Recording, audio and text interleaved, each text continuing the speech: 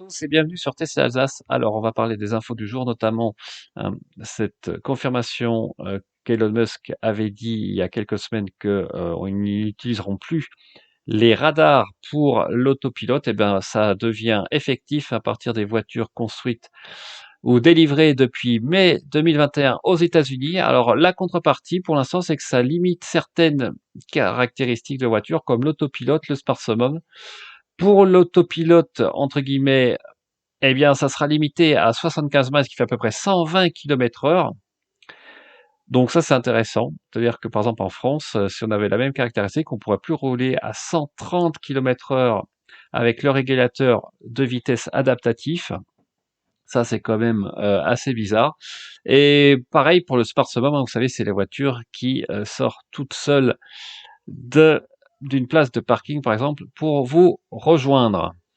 Alors la contrepartie aussi, c'est que l'organe de sécurité américain, le NHTSA, a mis à jour les caractéristiques de la Model 3 et de la Model Y, statuant à l'heure actuelle, puisqu'elle ne les a pas encore testées, que ces voitures, puisqu'il n'y a plus le radar, n'ont pas certains systèmes de sécurité actifs disponibles, à savoir l'avertissement d'une collision imminente. Donc vous savez, quand vous avez le signal avec la voiture qui devient rouge, au niveau de l'écran de la voiture, l'avertissement de dépassement de ligne, le freinage d'urgence en tant que tel, en cas de crash imminent, et puis aussi le freinage dynamique, je pense, voilà, quand vous arrivez près d'un obstacle, un peu plus loin, et que la voiture commence à freiner.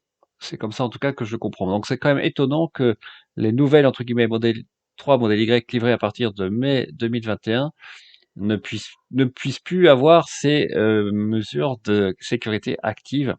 À surveiller donc de près ce que Tesla va dire, et surtout, concrètement, comment est-ce qu'il va se passer avec les nouveaux véhicules, notamment lorsqu'ils vont passer dans les tests de la NHTSA. Moi, je pense que ça va être remis en activité, on va dire, assez rapidement, ne serait-ce qu'avec l'utilisation des caméras, hein, au lieu du radar tant que tel, car c'est quand même des mesures de sécurité active très importantes. Alors concrètement, à l'heure actuelle, nous en France, bon voilà, hein, on est un peu les parents pauvres, si je puis dire, du FSD, hein, puisque on est encore loin de l'utilisation unique des caméras, hein, puisque le FSD est encore bridé, donc on ne sait même pas si le FSD bêta, le nouveau FSD, va arriver en Europe dans les mois qui viennent, même si Elon Musk dit que ce serait pas avant peut-être à l'été prochain. Et là, je vais montrer, voilà, l'utilisation des essuie-glaces qui partant depuis, on va dire, normal, fonctionne correctement maintenant.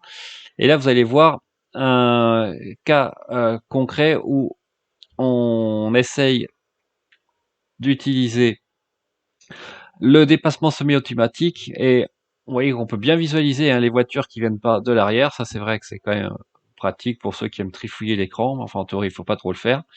Mais surtout, vous avez vu que là, la navigation en autopilote ne marchait plus à cause de l'appui soutenu, hein. J'ai pas les deux lignes bleues, j'avais qu'une ligne. Par contre, de temps en temps, j'ai eu des refus de changement de voie avec une forte plie. Donc la voiture commençait à la gauche, puis revenait à droite. C'était un peu bizarre. Et là, je vais bien vous montrer aussi, voilà, que dans ces circonstances-là, quand il pleut très fort, et là, je roule à 90 au lieu de 130 quand même. Et encore, je pense qu'après, je vais ralentir un peu. La navigation en autopilote, c'est-à-dire la sortie automatique, là, ne fonctionnerait plus. Par contre, vous allez voir que je peux continuer encore à me rabattre semi-automatiquement malgré cette forte pluie. Vous allez voir ça dans quelques secondes, puisqu'il n'y a aucune raison que je reste sur la voie de gauche, honnêtement. Voilà, je me donne le petit coup de volant. Donc là, il y a peut-être une petite amélioration, c'est vrai que parce que les conditions quand même de circulation sont pas extraordinaires. Là, les caméras en prennent plein la lentille, si je puis dire. Et quant à la nouvelle mise à jour du GPS, vous savez, avec la version 2021, honnêtement, au niveau des panneaux, j'ai pas vraiment vu d'amélioration, notamment là, quand j'arrivais à Bâle, l'ajustement automatique, vous savez, en appuyant sur le commodo, pour certaines vitesses, ne marche plus. Alors, je suis des fois obligé d'enlever l'autopilote, le régulateur, et de le remettre pour réajuster à la bonne vitesse, donc c'est un peu dommage. Alors, une autre info intéressante dont je voulais parler, c'est que la société IVGO va permettre aux États-Unis, sur la côte ouest, de réserver les stations de charge. Alors ça, j'avoue que c'est quand même assez intéressant, jusqu'à 2 semaines, hein, en avance ou pendant que vous conduisez. Alors vous voyez là, vous avez les points de charge où vous allez pouvoir réserver à partir de l'application. Donc c'est intéressant, mais honnêtement, j'aimerais voir ce que ça donne concrètement si on avait le même système en France avec notamment Unity. La foire d'empoigne, quand vous arrivez à une station, si la station vous dit que la borne est déjà réservée et qu'évidemment il faudrait vérifier sur l'application pendant que vous roulez que si les bornes sont réservées ou pas.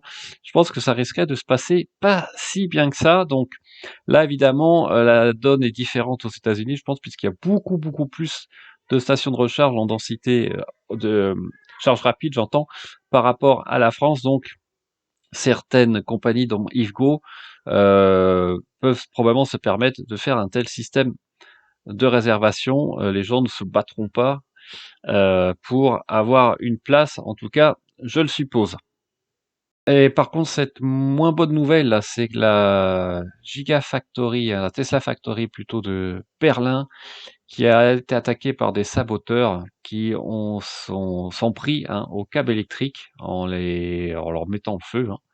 Donc voilà, vous voyez, il y a des activistes hein, dans tous les sens, si je puis dire, et c'est bien dommage. Hein. Vous vous rappelez aussi sûrement hein, de cette attaque à la viande de porc.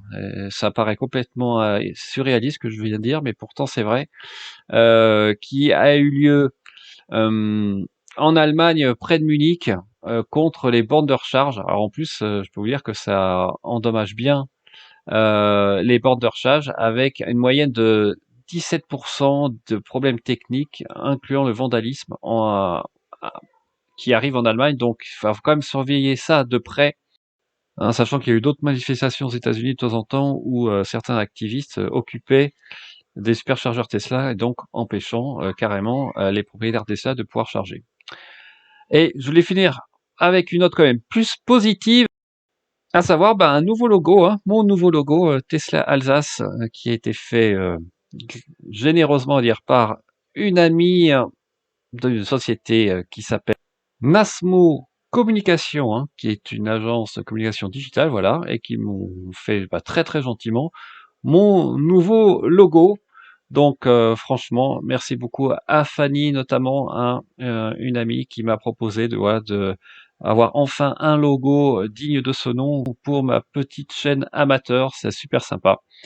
Et voilà, écoutez, j'espère que ça vous plaît. En plus, moi, j'aime bien, franchement. Il y a l'Alsace, il y a la prise électrique, il y a Tesla. Bref, il y a tout ce qu'il faut. Voilà, écoutez, je vous souhaite une très très bonne fin de semaine. Prenez bien soin de vous. Et puis, on se dit à très bientôt hein, sur Tesla Alsace. Merci, au revoir.